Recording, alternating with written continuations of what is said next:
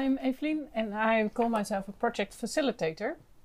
And for me that means that I'm facilitating project teams and project members to get the best out of them so we can have the best result. And I'm doing that with visual facilitation and a lot of deep democracy. I'm Dadnielle from Hierden. I'm a team lead at Landmark Green Parks. I'm a manager to a team of 16 people, and besides that I'm also a visualizer. As a manager on a day-to-day basis, I experience what a challenge good communication can be to keep everybody aligned and involved. This afternoon we're going to talk about using deep democracy in an Obeya to create social safety. Obeya is all about learning together and growing as a team and working together in a new way. But it's not about all the fancy visuals and data and information. It's about us humans working together and making each other better. And therefore you need that social safety to connect on a human level, and that's essential. Deep democracy at its core is all about the acknowledgement that every voice, every opinion, every perspective is important, has value in it. If you use that wisdom in your decision-making process, then you get fully aligned decisions with the whole team. And as always, good communication is key. In deep democracy, the skill of listening is appointed as really, really important, and it's a skill you have to learn to master to be able to facilitate the whole decision-making process. We call it the art of listening. It's also called deep listening. The art of listening is about really listening to what other people say. So you don't have an opinion for yourself, you just let somebody else talk and postpone your own opinion. But it also is about being curious. So ask a lot of questions. What do you mean? And make it clearer for you what the perspective of the other person is. So no judgmental questions, only questions to clarify what the other person is saying. And it also means you have to be silent sometimes, because I think we all know that when we keep silent, somebody else, the other person in the room, tends to fill in the silence and then start talking again, clarifying his or her own points. Last summer I went on a holiday to Greenland. I took this picture and drew on top of it because I wanted to explain something about the conscious and rational level. We all know that's the upper part. Then below sea level we find the unconscious and emotional things that always happen in teams. And then below that there's the wisdom and the potential. Deep democracy is a way to get to that wisdom and potential, but as you see in the visual, there are a lot of fish between the sea level and that wisdom. We tend to let the fish swim and just be there, grew bigger and bigger and bigger. Some fish will turn out to be sharks. When they are sharks, we get to the resistance line. So we want to get those fishes up to the conscious level and talk about it. The resistance level is about the way people are moving away from the team and the process you are into with your team. The first one is the jokes. And of course, we need a laugh sometime when we work together. But I think you recognize the joke when you say, well, I'm not laughing that hard. I'm not sure this is really a joke. Or maybe some people are laughing, but not all. That's the first step in showing resistance to what you are doing with the team. As a project manager, you might hear sometimes, well, will this be the project you will be actually finishing? That person explaining that or telling that out loud is the first one on the resistance line. And you need to attend that because there might be more people thinking this. There's also the gossiping. So when you go into a room and, well, let's close the door, and then names are being called, that's the gossiping. I have a recent example for myself that we were in a feedback session and the rule was we don't call names. And within 15 minutes I was hearing names from specific persons in a project team, and that was not what we talked about. And I addressed that, of course, because I know this theory and I didn't want that. We were talking higher level. And that's when you hear it, it is the moment to say, no, this was not what we agreed upon. There are a lot of things on the resistance line, but the last one is leaving. And that's actually when people are not joking anymore and they're not gossiping anymore and they're not delaying the process, but they're actually leaving the process. It's even worse than not showing up. It's actually walking away on the spot. Do you have an example then? Most about sarcastic jokes. That was in the meeting of last week. I've told you about that. So yes, you did. Thank you for that. It's something you have to do with right away, because there's something that's not being said and you have to get that above the waterline so you can actually handle with what's the real problem. Here you see a quote of Arnold Mandel, who is the founder of Deep Democracy. Deep Democracy is striving to foster a deeper level of dialogue and inclusivity that is open to including not only all people, in the sense of the right to vote, but is also open to allowing space for various and competing views, tensions, feelings, and styles of communication. And this is the real purpose of Deep Democracy. Get all people say what needs to be said. And while doing so, it's important that you still keep people on the boat and engaged with the decisions, and that you lower that waterline. And you want that so that your team can uncover new innovations and insights. But it's important that you acknowledge that conflict will occur. Conflict has to be normalized. It's through conflict that relationships blossom and we gain awareness. And in any given relationship, either between individuals or in a group, conflict will occur. And to be honest, it's a part of life. It's not the problem that conflict occurs, it's the problem that we are unable to resolve it the right way. And before we know it, we can end up in some kind of war zone, and that's not something you want. We need to act on it and at the right stage, and therefore it's important that we connect on a human level. We need that social safety where we are talking about. An easy way of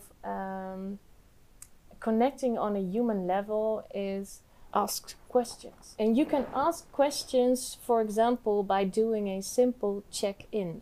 And it's not for every team meeting, but you can once in a while start a team meeting with a visual check-in where you ask, for example, 3 reasons why I deserve a high 5 today, or what just got you distracted of getting things done, or what gave you energy last week.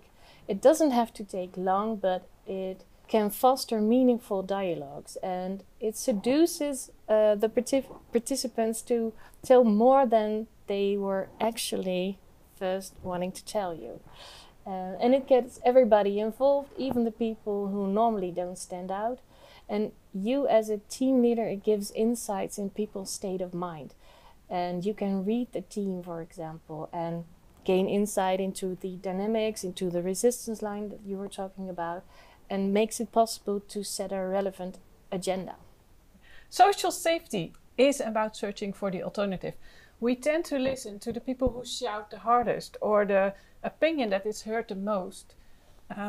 But there might be wisdom in the people who are silent. In most democratic countries, we listen to the 51%.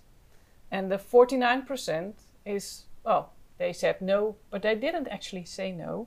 They said something different. And there might be wisdom, and when you get to that wisdom, you put that onto the 51%, so you make the piece a bit bigger, then you have a real meaningful decision. Don't try to the 100% because you're never going to make it. But let's say we go for the 80%.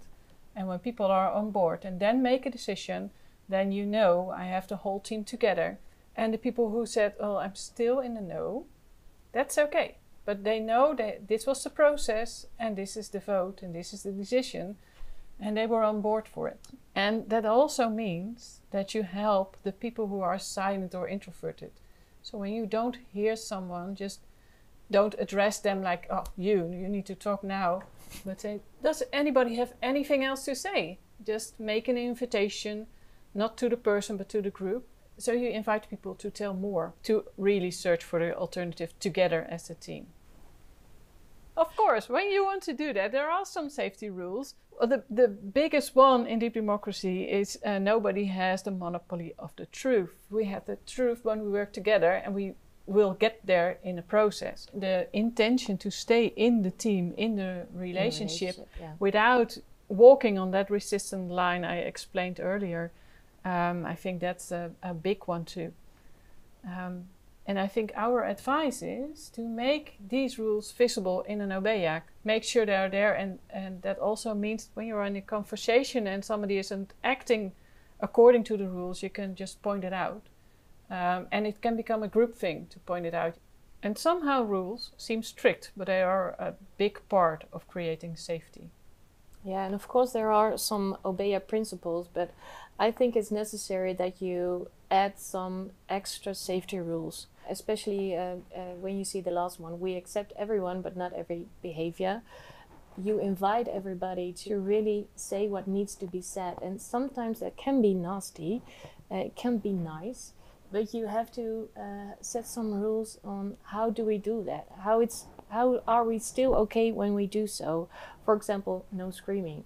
That can be a rule. Yeah. The last one I added with the theme was we are on time. When we say we start at 10, everybody will be in at 10. And not, oh, here I am, but I need some coffee and I need to go to the toilet and all these excuses. All right, the key learnings. And I hope you already got these. Everybody has a say. And that also means you have to gain all the views. So actively search for every opinion and every nuance and everything, and share that. Not only let people talk to you, but let them talk to each other. So share all the views. Create safety, as we just talked about. Try to listen to everybody, and also try to listen to the one saying, no, I really don't want to do this. And talk to that person. And also spread the no, or spread the thing you're not going to do. Not just say no and forget about it, but spread it to everybody. Let everybody know this is not in the decision making, or someone was against it and they said it, but we add it to the decision and we make it richer. And include the wisdom of the minority. At the end, when you make a decision, you can say to the people who had another opinion, who wanted a different outcome, you can ask, okay, I'm sorry, this is the ultimate decision, but what do you need to get along with the decision? And that's the wisdom that you include to the decision-making process. Then there are these deep democracy basics. Ask for proposals. That's an active thing you do as a facilitator of the conversation. So you need to just have an open question, just who has a proposal? One person can add 3 or 4, or 4 people can add 1. That can all happen. It's not something you can orchestrate, it's just there. Ask it, listen to everything, and ask questions if it's not clear to you, but don't have an opinion. Then after that, make sure you have all the proposals, even the most crazy ideas, but really make sure you have them all. And you do that by just asking us a couple of questions. Is this everything? Do we need some time to think about it? Do we need to do a creative thing in between the process so we can create this? Just make sure you have the time and you're not on a clock. People tend to have more proposals for a meeting when they are feeling relaxed and they have time and energy and safety to be creative. So that's what you need for this one. And if someone disagrees with whatever is said by the minority or whatever the decision is, just ask if anybody else disagrees. And that might be disagreeing on exactly the same, but it might also be, I'm also disagreeing but not on the same topic, but I also have a no. And you want to share that. It's also important to share it because people who are disagreeing don't want to stand alone. You can do that standing up in a room and just saying, well, I disagree with, and then asking everybody who agrees with it, stand right behind that person. So we have your back. It's okay if you don't agree, but we're still a team. That's very important to do. There's always a minority when you get into the details or when things get excited. So ask the minority what they need to go along. And in the doom scenario, somebody will leave the team. But most people just need something added to it, and then they can get along. And then, of course, there are first steps to implement this deep democracy theory into your Obeya. The first practical step is do a check-in. Just like we did with you. It can be as easy as that. I often let people draw a weather report just to let them express how they're feeling, especially when you start early in the morning. You want to know, is everybody on speed? Is everybody happy? And it's just a quick share. You don't have to dive into it. It's just, okay, now we know, and you can take care of each other. And I explained about the resistance line, but I think this is a very important one, because as soon as you see somebody acting on that line, you have to react, or you have to make notice for yourself. It's not always proper to react in an Obeya when you're, or in any other situation when you're with people, but you need to react on it. Try to get that fish out of the water, make it conscious, and let people leave the line. Actually, let them get off it. But it starts with recognizing the behavior of other people and also the behavior of yourself. Because when you are on yourself on that resistance line, when you recognize for yourself, then you can just have your inner dialogue and get yourself off. And the last one is spread the no. So like we said, when somebody is saying, I'm disagreeing, just spread it. And one thing is to ask, is anybody else disagreeing with this? Or does anybody have another no? Collect the wisdom that's in that no. Let's do a checkout. We would like to ask you, what is your biggest takeaway from this session? And of course, it was kind of a quick and dirty version of deep democracy, but we hope to have inspired you at least to give deep democracy a try in the way of a check-in or check-out, or actively spreading the no, or getting opinions out, and also about that resistance line. I guess everybody has, I can see that happening in my team. Yeah. Or in yourself. Yeah, also, have you experienced it? Yeah. In yourself? Yeah, I did. Recently? Yes, I was on the point of leaving recently. Really? Yeah. Yeah, but I recognized it and I stayed. Oh. Yeah. Okay. That was pretty hard. but I did it. Let's talk about that later. Yeah. But first, the check-in. I would like to type your answer in the chat, but don't press enter. I want to make a waterfall. And then when we say go, you press enter, and then all 42 answers will be in the chat at one time. I just want to, when we talk about visualization, I want to make this happen and see on my screen how that works. Okay. So 3, 2, 1, hit it! So Dennis said it's all about the people. Yes. I think I agree on that one. Martin was saying, so spreading the no, it's about exploring the no in a neutral way. Yeah, yes. Yes, exactly. That's yeah, it. You understood. Neutral. So thank you for sharing that in the chat. How can you spread the no? That was the question. Spread the no. Sometimes it can be hard to spread the no because it's an opinion that is so far away from what you think is right. But most of the time, you can relate to some kind mini little thing in that answer or opinion or decision. I can give an example. Yeah. I was a project manager for a refugee center in the Netherlands, and there are some people with a big no on that topic. By asking questions, I could relate to people, and that doesn't mean I had to fully flip to the other side, but I could build a relationship. That way, you're spreading the no, but you make the human connection again. We also wrote an article for the Live Obeya Summit of November last year, and that article can be found on the Obeya site. There you can find all kinds of information about using deep democracy in an Obeya. And there are some books. Yes. Books. Jitske Kramer wrote a book about deep democracy. She's a Dutch lady anthropologist. Yeah. She wrote a very great book, and there's also Inside the No. But if you're not that much of a reader, Frank Weijers just wrote 3 little books. The blue one is the main one. If you have this, you know all about deep democracy, and there are 2 more if you want to dive deeper, depending on your role.